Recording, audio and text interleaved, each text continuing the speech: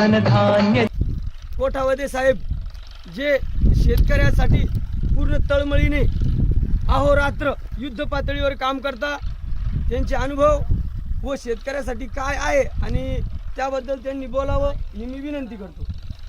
नमस्कार. आज आपण गाळमुक्त धरण गाळयुक्त शिवार या योजनेचं अंबाला गाव येथून शुभारंभ करत आहोत. गाळमुक्त धरण याच्यात कसं आहे की शासन NGO मार्फत म्हणजे शासकीय संस्था इथे आहे, मराठवाडा ग्रामीण विकास संस्था.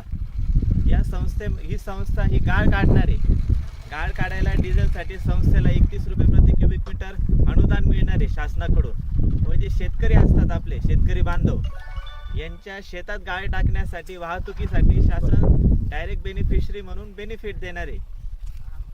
याच्यात दोन फायदे होणार आहेत. आपले जे पाझर तलाव आहेत त्याची कपॅसिटी आहे, धरणाची कपॅसिटी वाढेल, पूर्ववत होईल.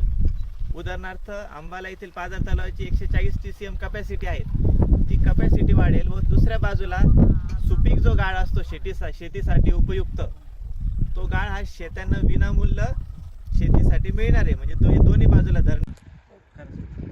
आज कन्नड तालुक्यातील शेतकऱ्यांना जे काही सोन्याचे दिवस येणार आहे यासाठी मराठवाडा ग्रामीण विकास संस्था यांच्या माध्यमातून व जे जलसंधारण अधिकारी आहे कोठावदे साहेब यांच्या माध्यमातून व गावातले सरपंच, उपसरपंच व शेतकरी यांच्या सर्वांच्या माध्यमातून गाळ मुक्त धरण हा कार्यक्रम हाती घेण्यात आलेला आहे.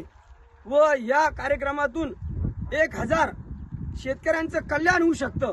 गाळ घेऊन जातील त्यांचं वेगळं, पाणी इथून पर्क्युलेशन होऊन आजूबाजूच्या परिसरातील जाईन त्यांचं वेगळं, आणि जो ऊसतोड कामगाराचा मुलगा आहे हा सुद्धा IPS अधिकारी झाला पाहिजे.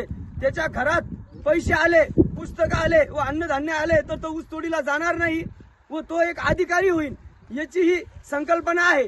पण काही शिकलेले लोक आहेत, पण काही प्रत्येक घटकामध्ये 2% लोक आहे की ज्यांचं शिक्षण कमी आहे.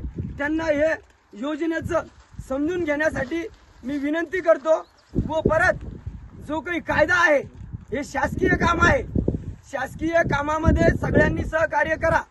सहकार्य करून गाळमुक्त धरण करा व 1000 शेतकऱ्यांचं जर कल्याण होत असेल तर कुणीही एका शेतकऱ्यांनी त्यांची अडवणूक करू नका.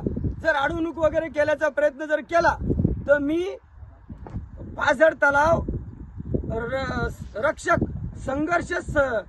संघर्ष समितीच्या संस्थापक अध्यक्ष या नात्याने सांगतो, जर शासनाला व शेतकऱ्याला जर कुठलाही त्रास कुणी एका घटकातून जर होत असेल तर त्यांना माझा इशारा आहे, शासनाच्या विरोधात व प्रवाहाच्या विरोधात जाऊ नका.